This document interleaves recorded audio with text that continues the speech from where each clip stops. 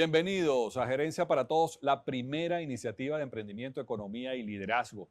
Muchísimas gracias por seguirnos a través de nuestras redes sociales, @Gerencia para Todos en Twitter e Instagram.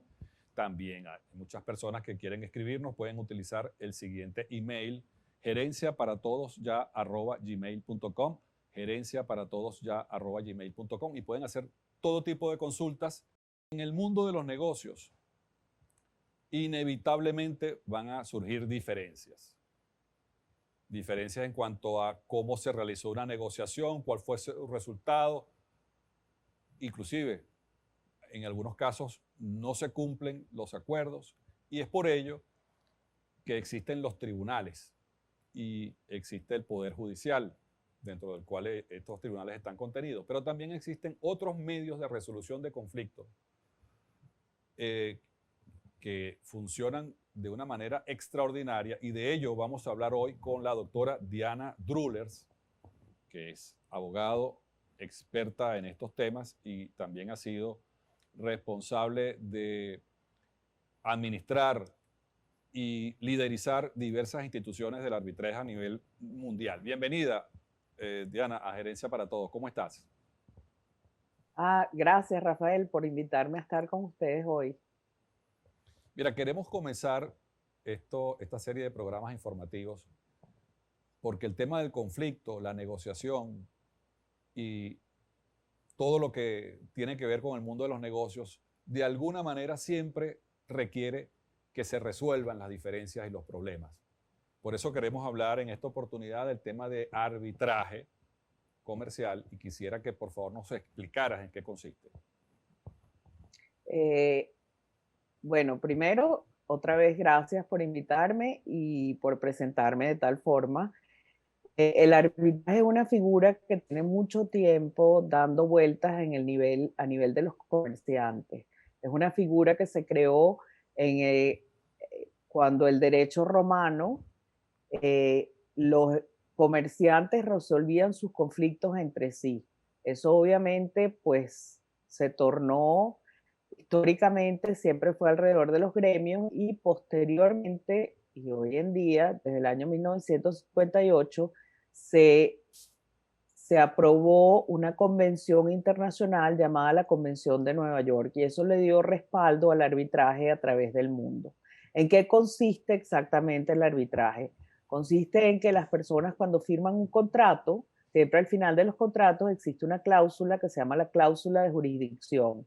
Y esa cláusula normalmente o remite a los tribunales ordinarios, como dices tú, o remite a este mecanismo alterno que llamamos el arbitraje comercial. Entonces ya sabemos, nace de un contrato y que son quienes firman el contrato los que dicen que pueden ir a un arbitraje. Ahora, ¿qué negocios pueden ser resueltos mediante el arbitraje? ¿Qué puede estar amparado en una cláusula de arbitraje? Obviamente, todo lo que no es de orden público. Es decir, yo no puedo divorciarme por un arbitraje, yo no puedo llevar ninguna causa penal por un arbitraje, sino todo lo que es los derechos disponibles de las partes.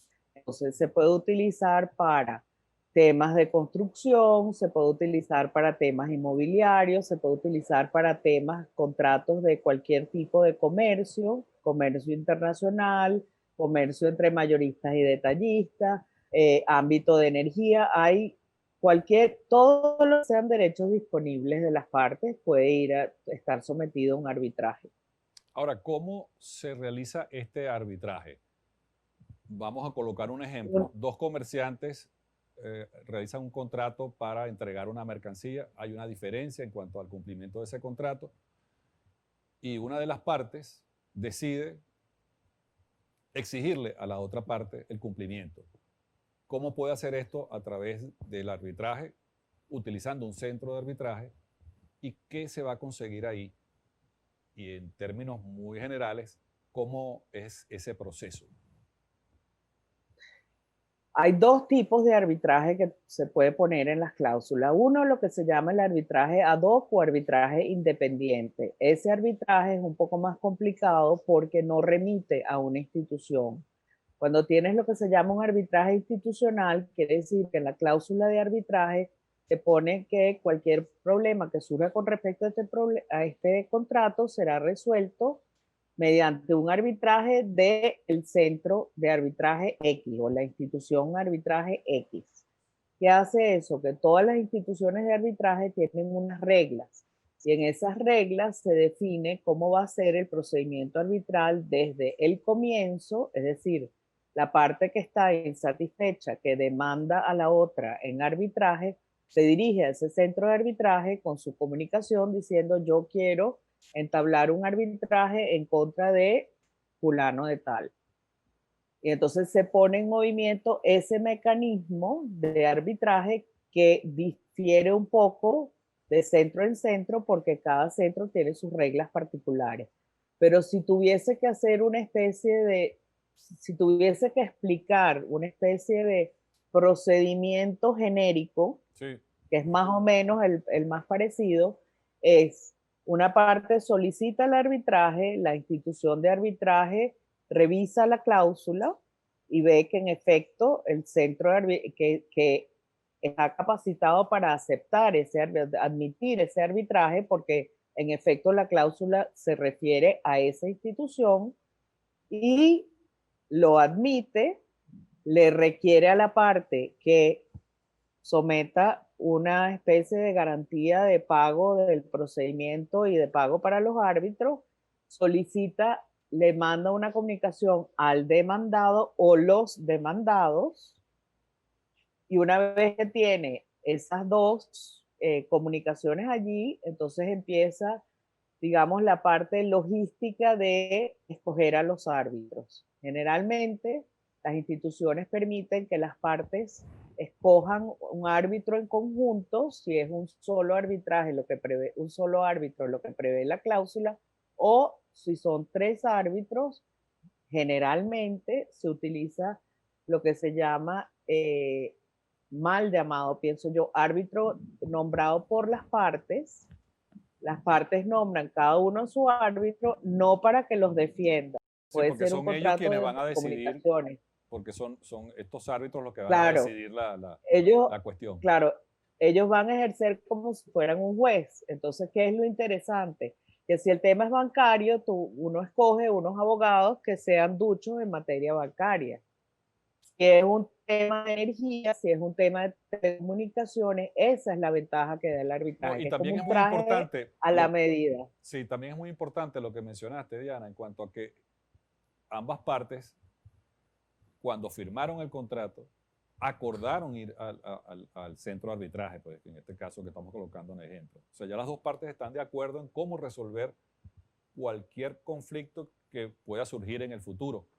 Resolverlo por esta vía que es más rápida, más económica y con, vamos a decirlo, a través de una opinión experta, con lo cual hay mayor grado de justicia. ¿Correcto? Sí. Bueno, sí, porque lo más importante es esto que te digo. Cada procedimiento es un traje a la medida. ¿Por qué? Porque los reglamentos de las instituciones de arbitraje difieren muchísimo de lo que es el Código de Procedimiento Civil. Porque en los reglamentos de los centros de arbitraje, generalmente al principio del arbitraje, hay un acuerdo entre estos tres árbitros o el árbitro y las partes y se redacta un primer documento que son como términos de referencia de cómo se va a llevar a cabo el arbitraje. ¿Por qué? Porque a lo mejor nosotros lo que tenemos es un arbitraje mediante el cual lo que queremos es que los árbitros nos interpreten una cláusula de un contrato. Entonces, eso es un caso donde tú no necesitas periodo de pruebas, tú no necesitas testigos, tú no necesitas expertos. O puede ser un arbitraje donde es, por ejemplo, un contrato paraguas con muchos otros contratos, en un caso de construcción, donde tú tienes el dueño de la obra, el ejecutor de la obra, más todos los contratistas, etcétera, y entonces es un arbitraje mucho más complicado, Sí. donde probablemente vas a tener que tener testigos, expertos, etcétera, etcétera. Claro, ahora finalmente cuando estos árbitros toman una decisión, esta decisión debe cumplirse necesariamente, ¿correcto? Porque ya hay un preacuerdo en Claro, que las dos fíjate, partes, fíjate que al principio dije que lo que respalda el arbitraje a nivel internacional es la Convención de Nueva York, que es la Convención sobre la ejecución de los laudos. ¿Qué hace eso? Que cada país que ha firmado la Convención de Nueva York, que la ha ratificado, tiene en su legislación, tiene ese mandato de ejecutar todos los laudos como si fueran sentencias definitivamente firmes. Los laudos no tienen apelación, pero tienen esa fuerza ejecutoria que tiene una sentencia definitivamente firme. Quiere decir que solamente en su contra obra un recurso, que es un recurso que está previsto en la ley modelo de las Naciones Unidas, que es la que más o menos han adoptado casi todos los países, que es un recurso de nulidad que es por causales taxativas, es decir, solamente esas las que están causales indicadas que ahí. están indicadas ahí, que son lo que te decía antes, generalmente es o porque la parte no puede disponer de ese derecho porque es un incapaz o es un menor de edad, o porque la materia no es arbitrable. Muy Y bien. en ese caso pides lo que se llama la nulidad. No es una apelación, es la nulidad del laudo. Claro, pero en todo caso, y finalmente, la idea en este modelo que estamos mostrando es que se pueda resolver dentro de este centro de arbitraje a propósito de ese acuerdo que está firmado en ese contrato. O sea, ya de alguna manera está arreglado y ambas partes deberían someterse a ese laudo arbitral, digamos, para hablar en términos del modelo. En próximos programas vamos a ir un poco más allá para examinar ya esos casos que tienen, digamos, una mayor complicación.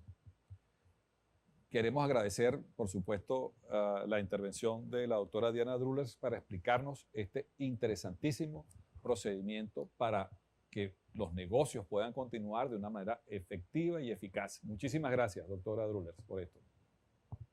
Gracias por la invitación. Y a ustedes, amigos, muchísimas gracias por acompañarnos aquí en Gerencia para Todos, la primera iniciativa de emprendimiento, economía y liderazgo. Como siempre decimos, obra como la naturaleza. Haz lo necesario y hazlo bien. Hasta el próximo programa.